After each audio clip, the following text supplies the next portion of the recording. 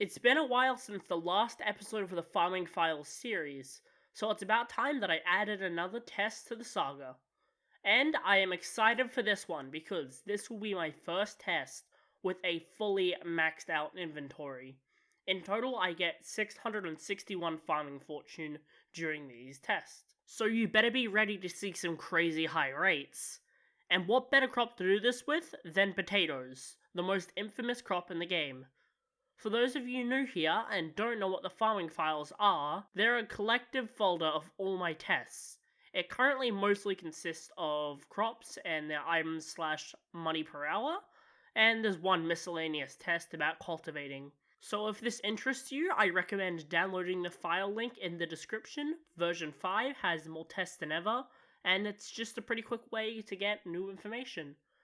I spent 3 hours getting all the results for these tests, so if you could just take a second to subscribe, it would greatly help the channel. Now it's about time that we take a look at these results. So after performing each test, here are all the rates. And by averaging them out, I got an average rate of 1,924,215 potatoes per hour. And if I decided to sell this to the NPC, I would get 1,924,215 coins per hour. But do not do this. You will lose money. The right decision is to turn all the enchanted baked potatoes into enchanted hot potato books, and with them sell it at the bazaar. You'll get a lot more money.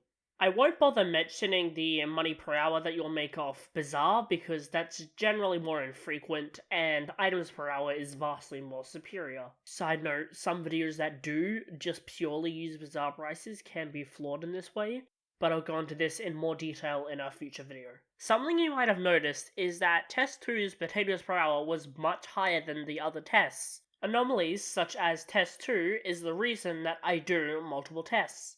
By having multiple data points, I'm able to get a much more accurate average of the items per hour you would get if you had my farming fortune. Some factors that I can think of that would go into play when deciding if you would get more or less drops per hour would be things like RNG, lag spikes, or just reaction time in general when changing directions in your farm. Over an hour's period of time, small impacts like not changing directions fast enough can have a severe impact on the rates of your farm. But thankfully, by running multiple tests, the errors will not have as big of an impact on the final result. Well, that's all the information that I have to share with everyone for today.